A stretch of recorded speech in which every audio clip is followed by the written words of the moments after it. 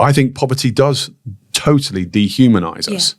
And it's a major concern. And I feel like that's addressed here. Like, take off the backs of those that you've been called to love and include and make your own. You know, that was the call to the Jews, was to be a blessing to the nation, to treat equally those who were foreign or those who were your own. And yet they haven't done. There's been an exploitation, there's been oppression, to the point where I feel like they've been dehumanized. And then God says, but I'm there, I'm them, now free. Yeah. And it's the removing of something that shouldn't be on the backs of a human being.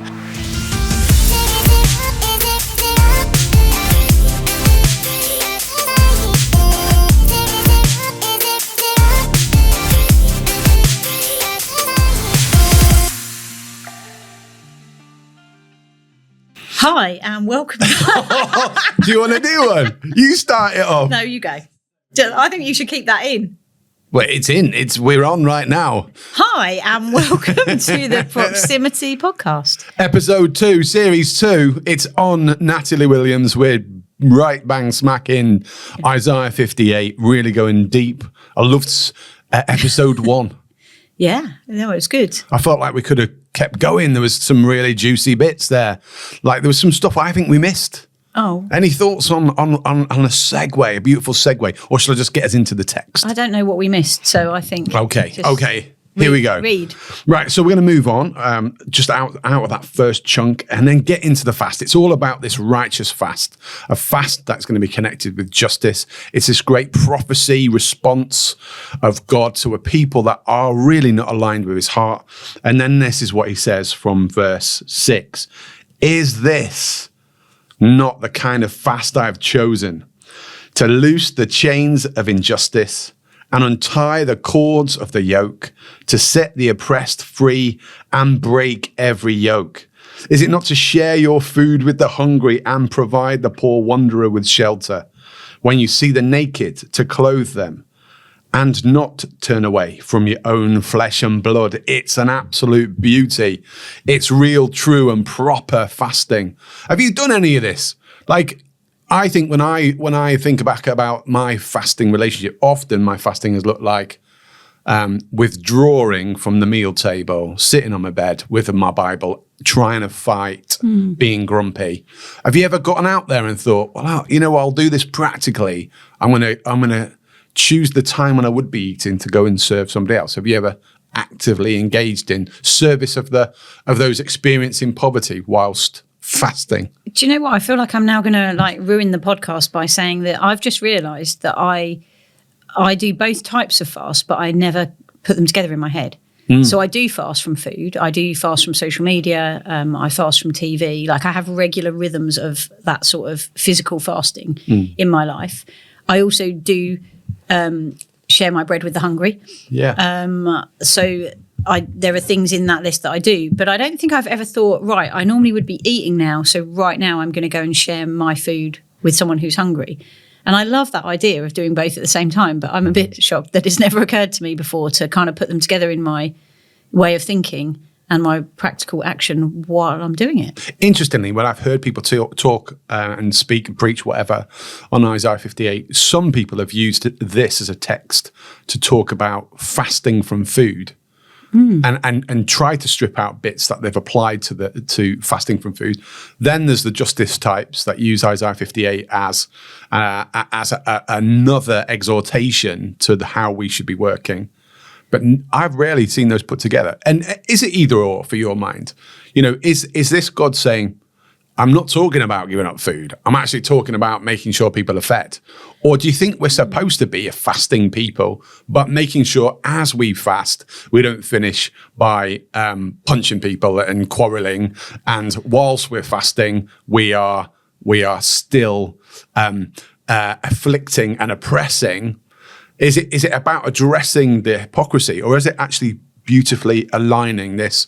Make sure there is still this rhythm of fasting in your life, but make sure that it's not one that is contradictory in nature. Well, first off, I don't think we're ever allowed to punch someone, so definitely would... No punching on fasting days. Do that. Yeah. Or on other days, I think possibly not.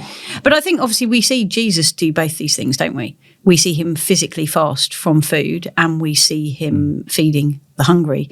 In fact, I always find that fascinating when we hear the stories of the feeding of the 4,000 and the 5,000.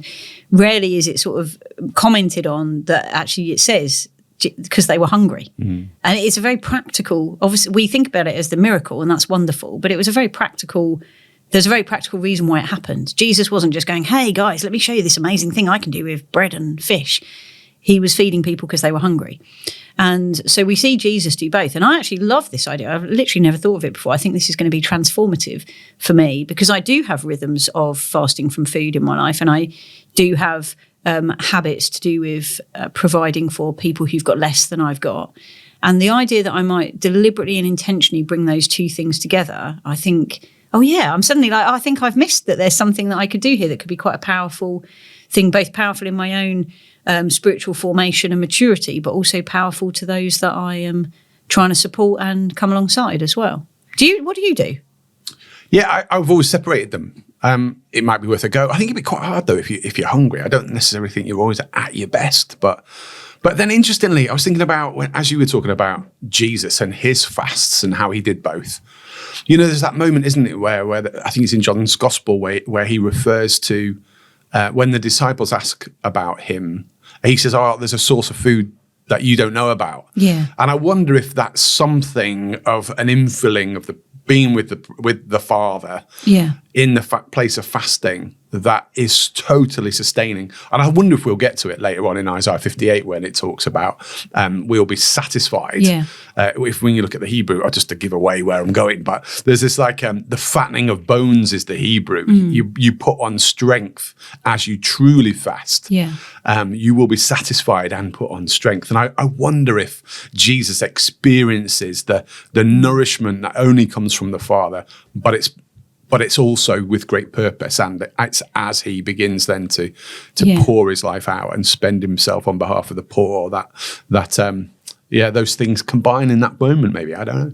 Yeah, definitely. But what would it look like, right? So I'm just thinking, say I am fasting, I don't eat breakfast anyway, so that would be a bit of a lame one if I was fasting from breakfast. But let's say I fast lunch and dinner. What I normally do is just whatever food I would have eaten at that time, I eat it the next day. I save it. What would it be like if I actually gave the physical food that I'm not eating to someone who needs more food than me? That seems like a really obvious thing that I feel quite shocked that has never even crossed my mind before, that actually instead of just thinking, oh, I've saved a bit of money this week because I was fasting so I didn't need as much food in the fridge, what would it look like to say I buy the same amount of food and then I fast? And as well as kind of the spiritual aspect of that in terms of my prayer life and trying to pray when I'm not eating, which is something I've always been advised we should be doing. What if I was giving away this meal because I'm not eating it, because I'm fasting? Like, I feel like that's something we could... The Salvation Army do that, by the way. That's part of their annual rhythm. Okay. That each year they would give, but they don't give the food practically. They give the money that they would have spent. Yeah, okay, well that works too. But yeah, and actually, so what is that, for one day a year that happens, or no? That's for like a month, almost like a Lenten season. Oh right, okay. But you do see it very, very much in the early church. I'm told it was a tradition of the early church that when they fasted, it was in line with giving. You actually do see it still in the Islamic faith. Right, okay. You know, during Ramadan, there's this, I think, is it called zakat? Or I don't know. Don't know how you pronounce it, but this connection where I go without, I must use what I've given up to bless. Yeah. And I think we've separated it possibly in the modern church today. But also Mordecai in the book of Esther, when they're celebrating what God's just done. So this is almost the opposite, which I guess means we should just be feeding the hungry all the time, right? Because then when they're celebrating what God's done, they gave gifts to people in poverty, which obviously is still part of the Jewish faith and Jewish tradition. Again, it's the festival of, I don't know how to say it, either Purim or Purim. I don't know how you say it. So there's something of when we're having a feast of celebration, we give gifts to those in poverty.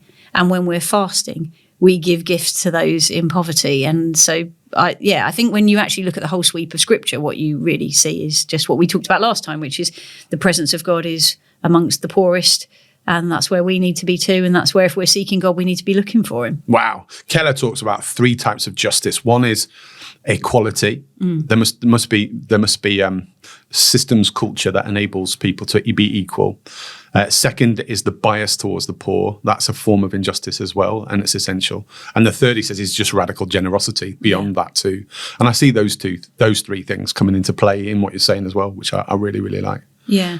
I think as well, like trying to practice radical generosity in a Western culture where many of us are pretty comfortable, it's hard. And if we don't push into it, if we're not looking at passages like this in Isaiah 58 and really wrestling with, how does my life relieve poverty? Like what it might be through a dozen small things, depending on my resources, including my time, my skills, as well as my finances and my possessions. What does it look like? What does it look like? You know, I had this friend who bought 2 of everything for a year and gave 1 away.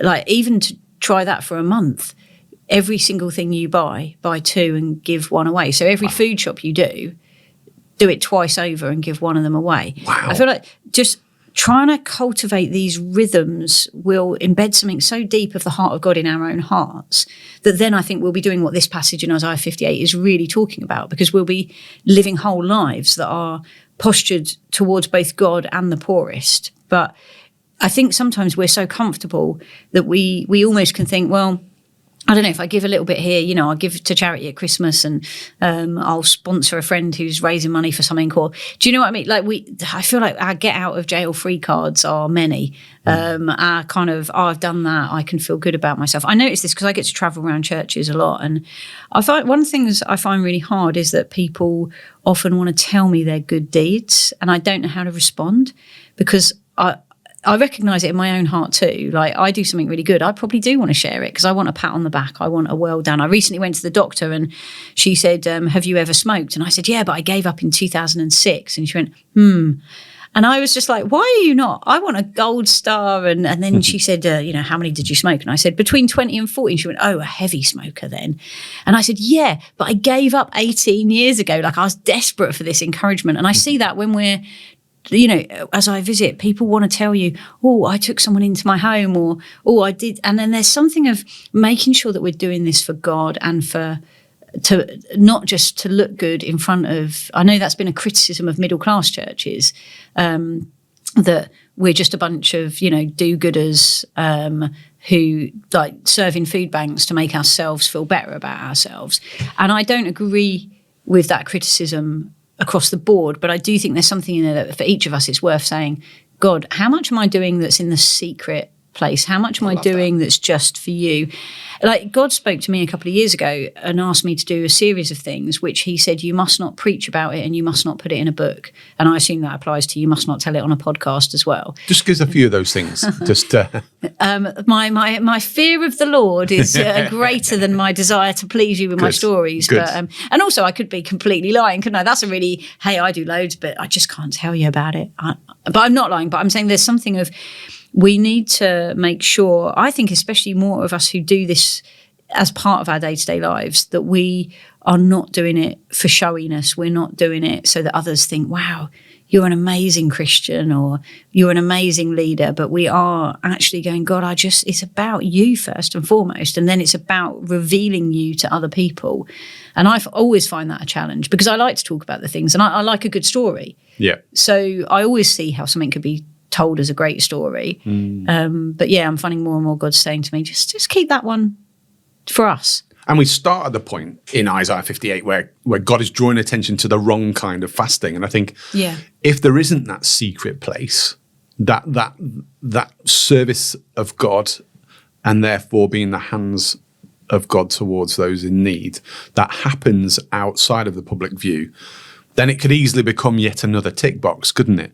God, where are you? I am doing the things that you ask me to do. Yeah. And he says, yeah, but I know the heart behind that. Yeah. It's really tricky. I'll tell you a story but tell you how I feel. I was coming through central London, rushing from St Pancras back to Euston, and passed, but I was with colleagues and passed a homeless man in middle of winter with t-shirt and no socks on. Wow. and I couldn't pass him without doing something. Yeah. And so I gave him my coat, which meant I went from St Pancras to Euston without a coat, and I was cold or whatever. But I felt so rotten about it because it had been viewed. Yeah. And it really, because I genuinely, hand on heart, would have done it regardless of whether they were there. But it really spoilt the moment for me. And I know there's so much wrong with what I'm saying. I hold my hands up. It feels an awkward thing even to discuss. But I just wish it had been a moment between me and God. I wish I'd had time to sit with him. I wish I'd had time to be able to bless him properly. I sort of, because I was a bit embarrassed about it, I whipped it off and kind of threw it at him and ran off. And then felt bad the whole time that maybe my colleagues would think, oh, look, he's trying to do a gesture or whatever. That is a thing, isn't it? Like I feel that every time I walk past, particularly someone who's homeless on the streets, I feel like I'm going to be judged if I give and judged if I don't. But if I'm with people, because we talk about poverty all the time, you know, obviously Jubilee Plus and proximity, it's kind of a core part of who we are, isn't it? So especially actually if I'm with colleagues, I feel like sometimes I don't give because I don't want to look like I've done it deliberately to make a point. But then I'm like, but then I've now not given to that person. And it feels like such a complicated minefield of do I give, don't I give? I remember when I was first on this journey of starting to give. So I was a very new Christian teenager, and someone was selling the Big Issue. And so I thought I would buy a Big Issue. Now, I'd never thought about doing that before, but I thought I should do that because that's what God wants me to do. So I went and bought a Big Issue. But then I thought, I think I'm supposed to show the love of God. And how do I do that? So I went back to the person and said, oh, by the way, I just bought this because I believe in Jesus. And they just looked at me like I was a complete idiot. And to be honest, I walked away thinking I am a complete idiot. Like what's, do you know, I think so much of this feels so awkward. But the difficulty then can be that sometimes we don't do things because of the awkward feeling, because we're in a culture that would tell us anything that makes us feel uncomfortable, we should, you know, we need to self-care and not feel uncomfortable. And discomfort is something I think that we don't really know how to just sit in and just go, okay, that made me uncomfortable, but that's not the worst thing that can happen to me. And I know, having been on the receiving end of generosity, that I don't think I'm ever... not as far as I can recall have I ever sat around thinking, I wonder what this person's motives were when they helped me. I wonder what this person's motive. Like, I'm not.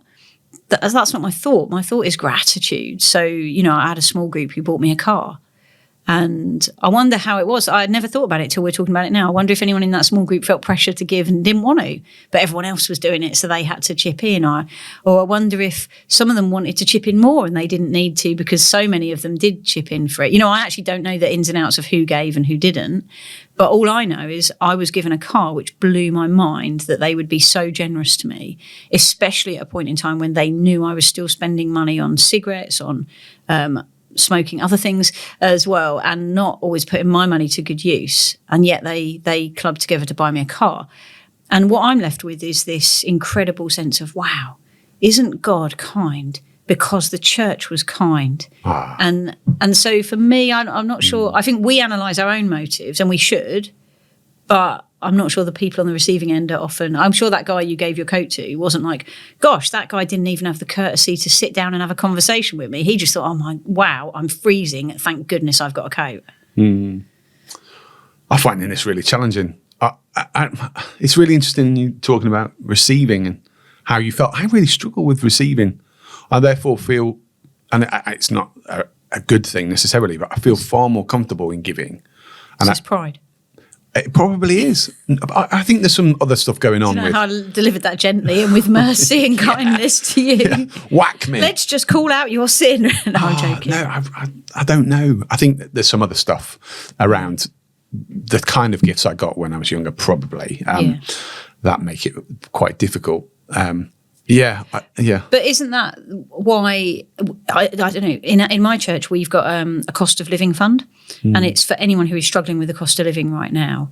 And we have had way more money come into it than we've had requested from it. Same with our church. And it's a shame thing, isn't it? For some people, it's like, well, I don't want to go and ask for it. I don't want to be helped. And whether it's pride or whether it's shame or whether it's history, whatever it might be, I think that's why I love that food banks are called food banks because that idea that you withdraw when you need to withdraw, like you do with a bank, and then you, there's all sorts of issues with food banks. I'm not, but I'm just like the name of it. I like that concept if you ever get the opportunity to explain it to people who are coming. And we have many times in my local food bank been able to say to people who are embarrassed, who are talking about the fact they feel so embarrassed and ashamed to be needing a food bank. And you say, no. This is like a bank. You're withdrawing right now because you need some food. And when you've got food, you come and you give back. And so we're trying to build in that culture that you don't just receive, you give. And I think in the church we need a culture where it's not you don't just give, you also receive. I feel like that's a culture we're really missing in a lot of middle-class churches across the country. I don't know if it would be the same on the estates, because obviously there's a lot more need, very present, very visible. So, but I don't think we ever want people to get to a place where they think, I can't ask for help anymore.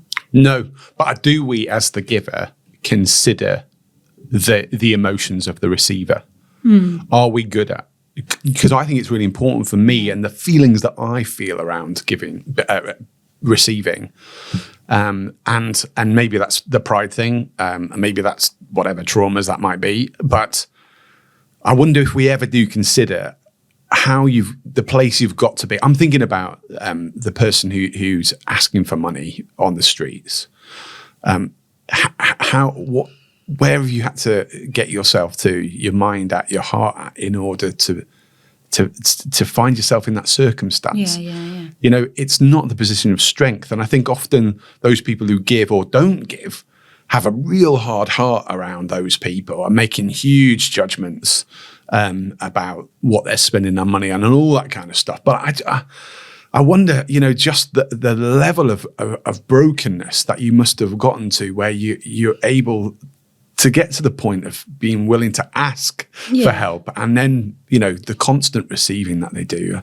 It's not an easy thing, is it? I think it's worth considering. Absolutely not. And I think there's something even really powerful in the fact that Jesus modelled that asking. Like, he invited himself to dinner at people's houses, didn't he? Like, he asked the woman at the well for a drink. Jesus didn't seem to have any problem with humbling himself, and like you say, it's not that it's always pride either, but just Jesus actually often put himself in a posture where he asked for people's help, where he was dependent on others. He told his disciples when he sent them out, don't take money and, just receive hospitality. So I wonder if there's something of Jesus trying to help us with our hearts there. But I also think some of this stuff feels so complicated to me. So we're talking about people begging on the streets now, and I think in one ear I've kind of got toxic charity telling me not to give because it's not helpful. In the other ear I've got conversations around human dignity and what's dignifying, what is remembering this person in front of me as a human being.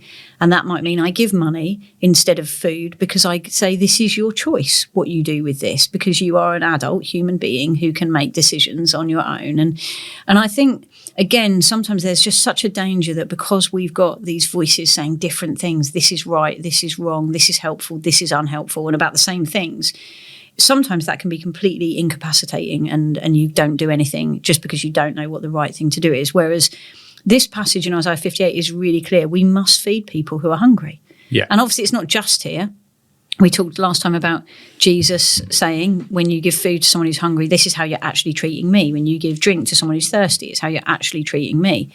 And so for me, I guess where I've kind of landed, and I know there'll be people who say this is the wrong place, and they may well be right, but where I've landed is it's my responsibility to give food to people who are hungry and to give drink to people who are thirsty. If someone doesn't do the right thing with that, or the thing that I think is right for them to do with it, or if I give someone money for that and they spend it on something else, I think God's going to hold me accountable for my heart and hold them accountable for their heart. And I know that there'd be many who would say, you're just enabling or facilitating or whatever. But I also just want to keep, an open-handed posture that doesn't get so consumed with, is this right or is that right, that I end up doing nothing. And I don't know, if I'm wrong, Jesus is going to tell me that when I see him face to face. I really appreciate your honesty in that. That's a really helpful thing. And what I love about this text is, though, that there is a kind of fast that God approves of. Yeah. And I love that he makes it very clear. is this not the kind of fast I've chosen? And then he details out what that looks like. There is a fasting that that God loves. It's going to be turned out, a life turned out. We begin to hear what he thinks is desirable, appeals to God. And it's to loose the chains of injustice. It starts there with the untying of the cords of the yoke. He's like, it's going to be hands-on. Yeah. You're going to see something change. You're going to need to leave your comfort. It's going to mean action stations. And again, let's not lose sight of the context here. This is written to the people of God who he's identifying are responsible for oppression. Yeah. Now he's saying, to start with, you've got to address that. Yeah. You will begin to please me. The type of fast that I'm going to choose for my people will be addressing what you've done wrong. And I think that's hard to apply, actually, within the church context. Yeah, although, I mean, in some ways, so like I have stolen in the past from shops, right? Earlier today, or? I said in the past. Yeah. Quite dim and distant past, but I have. That's something I used to do, and I didn't really have much of a conscience about it, and I used to steal. The Bible says, I can't remember where it is actually, but somewhere in the New Testament it says that if you've been stealing, give up stealing so that you can earn a living and give to those in need. Actually, it's really interesting, that correlation. So for me, part of undoing some bad things I've done in the past, obviously Jesus atoned for my sins. That's wonderful. It's not about me trying to pay for my own sins, but it is about me going, actually, there's something I did wrong that can be redeemed by now me putting it right. And the opposite of stealing isn't not stealing, it's actually giving to others in need. So I think that's obviously on a small scale. I think when we start to think about massive issues, it can be much harder. But I think for all of us to think, what are some of the things I've done wrong? Lying, stealing, gossiping, slander, some of the things mentioned in this passage even. And what's the reversal of that? What does it look like for that thing I used to do, or maybe even currently still struggle with, to be redeemed? And it might be that you didn't steal from shops like I did, but I don't know, maybe you stole paper clips from the office, or... Because I'm such a geek. It's like, well, what do geeks steal? Paper clips and calculators. But you know what I mean? There are ways, actually, some of people listening might steal time from their employer by... starting late, clocking off a bit early, taking a bit of a longer lunch break. All I'm saying is there are ways, if we go with the spirit rather than the letter, then actually we find that all of us can do any of these things in a variety of ways. So again, I feel like this is something that's not a duty, it's a joy. It's not like I said, I don't have to atone for my own sins. Jesus has done that for me, but I get the joy of thinking, how can my sinfulness be redeemed? Oof. And that's what's happening in this passage, isn't it? God's saying, you've exploited, and then he's saying, set the oppressed free. Yeah. It's literally the redemption of the very thing you've been doing wrong. And for me, I find that really exciting. Not that I want to be rehashing all my old sins, but I do find it exciting to think, I'm going to think back about what have I done? Where have I displeased God? And now ask, okay, Lord, lead me in redemptive plans and purposes that advance your kingdom by me doing the opposite of the things I've done in the past. Oh, I like that. That's really good. Yeah. In the first episode, we were talking about this idea that God is found and identified. He identifies himself as the poor themselves, and that the people of God had lost sight of God. They thought they were pleasing him, but in doing so, they'd lost sight of him. And now we're talking about the beginning to do the opposite. They've been the oppressors, but Jesus saying, I am the oppressed. Yeah. And now, how do we connect that to this bit when we're talking about now that we're loosening off the things that would have held or bound or constricted or afflicted people? Is there a sense in which Jesus is saying, come to where I am and then be part of, meet me there and then let's work on this together? Do you think there's a sense in which Jesus is saying, because we're not there to free Jesus, are we? Even though he identifies with the oppressed, he doesn't need freeing as such. But it's there that we join him, I think, in his ministry, don't we? And then we begin to work together. He's saying, this is where I am. I'm amongst these. Now join me to fix and be the answer. Would that be fair to say? Yeah, I think so, definitely. And I think there's something about just being in the presence of Jesus where the more you fix your eyes on him, the more you see the people around you who need help. And actually, I mean, Zacchaeus is a great example of this, isn't he? So he encounters Jesus. Jesus actually doesn't say to him, hey, Zacchaeus, can I just run you through Isaiah 58? But actually, the encounter with Jesus and Jesus' kindness to him, which to me seems quite brief, quite, it's one day, isn't it? One evening or maybe one afternoon or whatever. And yet the impact on Zacchaeus is such that he's like, I am going to undo the bad stuff I've done.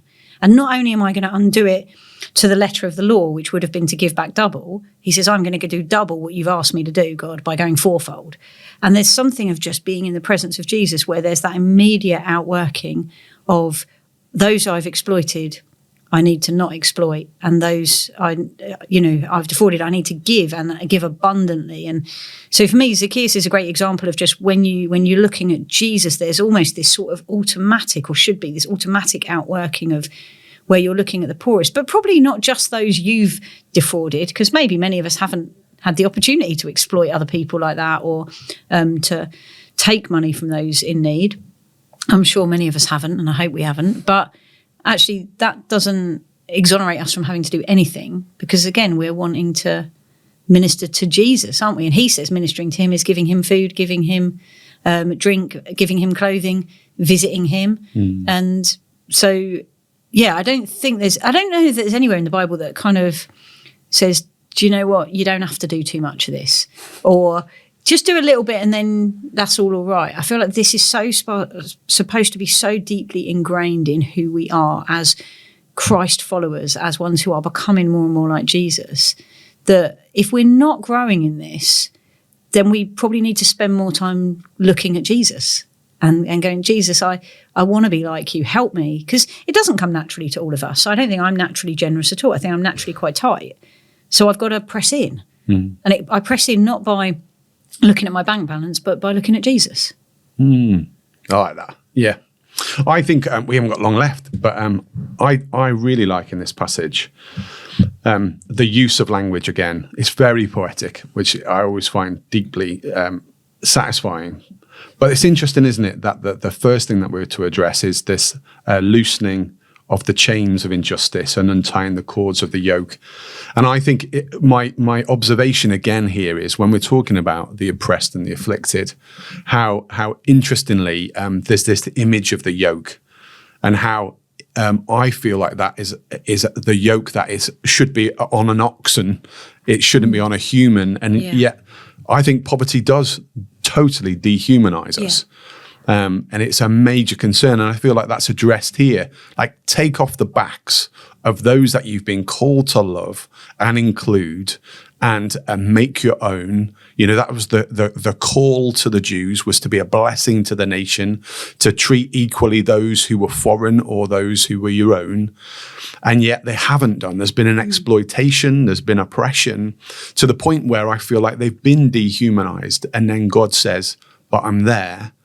I'm them, now free. Yeah. And it's the removing of something that shouldn't be on the backs of a human being. And I think when I think about those who are serving so beautifully on our estates around the nation, how much of our job has to be adding back the image of God to those who have been really ill-treated by society or by the systems or the circumstances that they find themselves in.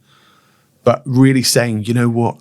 Let me just show you again the character, the image of God in you. You're not an animal. We remove anything from you, strip away, undo the cords, the chains that have bound you to a certain thing or identified you in a certain way. You're not an animal. I know it's a brutal thing to say, but here is life and you are God's and his image is upon you. Definitely. And I think what we see in so much public discourse around poverty and justice issues is dehumanizing on all sides. And during the general election, Jubilee Plus, we ran a campaign called Image Bearers, where we just kept posting pictures. But we had a picture of people in best I call it is probably a dinghy travelling across the channel, and we had an arrow pointing saying image bearers, and then we had an arrow pointing to number 10 Downing Street saying image bearer. Because actually we dehumanise politicians and the powerful, and we dehumanise the powerless, and it's part of our polarised society, isn't it, that we've actually pitted everyone against each other, and